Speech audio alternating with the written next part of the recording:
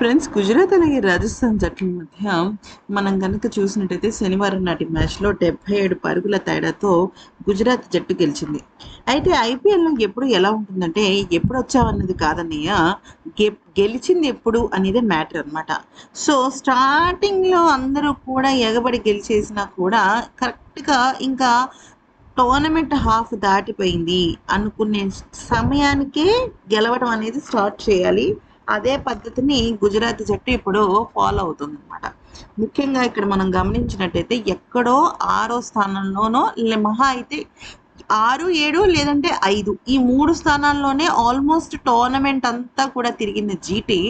ఇప్పుడు ఒక్క దెబ్బకి ఎక్కడికో వెళ్ళిపోయింది, అంటే సెకండ్ పొజిషన్లోకి వెళ్ళిపోయింది అనమాట. ఎస్ఆర్హెచ్కి 14 పాయింట్స్, జీటీకి 14 పాయింట్స్. అయితే మొన్నటి వరకు టాప్లో నిలిచిన పంజాబ్ జట్టు వరుసగా 2 ఓటములతో దెబ్బ దెబ్బ దెబ్బ దెబ్బ 3వ స్థానంలో పడిపోయింది. పోనీ పాయింట్లు ఏమన్నా చాలా తేడా ఉందా అంటే ఒకే ఒక్క పాయింట్ తేడా. చూసారా, ఐపీఎల్లో ఏదైనా జరగచ్చు అనమాట. సో ప్రతి పాయింట్ ఇంపార్టెంటేరా అన్నట్టుగానే పరిస్థితి ఇక్కడ కనపడుతుంది.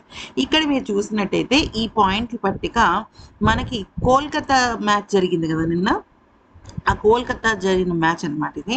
సో కోల్కతా జట్టు కూడా 9వ స్థానంలో ఉండాల్సిన కోల్కతా జట్టు 7వ స్థానంలోకి వెళ్ళిపోయింది. సో ఇక్కడ మనం గమనించాల్సిన విషయం ఏంటంటే ఇప్పుడు వరుసగా కోల్కతా జట్టు కూడా 2 మ్యాచ్లు గెలిచింది అనుకోండి భారీ తేడాతో, ప్లే ఆఫ్ లెక్కలు మారిపోతాయి. సన్ రైజర్స్ హైదరాబాద్, పంజాబ్, బెంగళూరు జట్టు, రాజస్థాన్ రాయల్స్ జట్టు కాదు, ఇప్పుడు పరిస్థితి వేరే వెళ్ళిపోతాయి అనమాట. సో ఇప్పుడు ప్రతి జట్టు నువ్వా నేనా, ఈ రోజే ఆఖరి మ్యాచ్ అన్నట్టుగా ఆడితే తప్ప మ్యాటర్ సరిగ్గా ఉండదు. ఇక్కడ ఈ రోజు అంటే ఆదివారం నాడు కనుక చూసినట్టయితే లక్నో అలాగే చెన్నై జట్ల మధ్య మ్యాచ్ జరుగుతోంది. అలాగే ఇక్కడ ఈ మ్యాచ్ గనక చెన్నై జట్టు గెలిచింది అంటే మాత్రం చెన్నై జట్టుకి చాలా స్ట్రాంగ్గా ప్లే ఆఫ్కి వెళ్ళే అవకాశాలు ఉన్నాయి. చెన్నై జట్టుకి నిజం చెప్పాలి అంటే ఇది డూ ఆర్ డై మ్యాచ్. ఎందుకంటే ప్లే ఆఫ్కి వాళ్ళు నిరూపించుకోవాలి, ఖచ్చితంగా వెళ్ళాలి. అసలు ఈ IPL tournament super duper high tension టోర్నమెంట్గా మారాలి అంటే చెన్నై జట్టు ఇప్పుడు గెలిచి 12 పాయింట్లతో ఉంటే రాజస్థాన్ రాయల్స్కు పెద్ద బొక్క. అట్ ద సేమ్ టైం ఒకవేళ లక్నో జట్టు గెలిచింది అనుకోండి పెద్ద ప్రయోజనం ఏం లేదు, ముంబైకి బొక్క.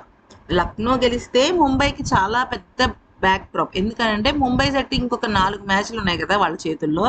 ఆ 4 మ్యాచ్లు భారీ తేడాలతో గెలిస్తే ఇప్పుడున్న 9వ పొజిషన్లో వాళ్ళు పైకి వెళ్ళటం సులభం అవుతుంది. లేదు ఇప్పుడు 10వ స్థానానికి వెళ్ళిపోయారు అనుకోండి, ఆల్మోస్ట్ ఇంకా ఇప్పటికే వాళ్ళు ఐపీఎల్ నుంచి ప్లే ఆఫ్ నుంచి వెళ్ళిపోయినట్టే. లక్నో కానీ ముంబై కానీ, ఢిల్లీ క్యాపిటల్స్ జట్టు ఇంకా వాళ్ళు కూడా వెళ్ళిపోయినట్టే. బట్ కోల్కతా జట్టు వరకు కూడా అవకాశం ఉంది. సో దీన్ని దృష్టిలో పెట్టుకుని ప్రతి జట్టు కూడా వాళ్ళ ప్లే ఆఫ్ లెక్కల్ని అంచనా వేసుకోవాలి. గతంలో చాలా మంది కెప్టెన్లు మేము ప్లే ఆఫ్ లెక్కలు ఇప్పుడు వేసుకోవట్లేదు, ఈ గేమ్ మీద ఫోకస్ చేస్తున్నాం, ఇలాంటి లెక్కలన్నీ చాలా చెప్పారు. ఇక నుంచి అలాంటి మాటలు కుదరవు. వాళ్ళు ప్లే ఆఫ్ని అంచనా వేసుకుంటూనే మ్యాచ్ని ముందుకు తీసుకెళ్తూ ఉండాలి టోర్నమెంట్. సో ఈ వీడియో నచ్చితే లైక్ చేసి సబ్స్క్రైబ్ చేసుకోండి.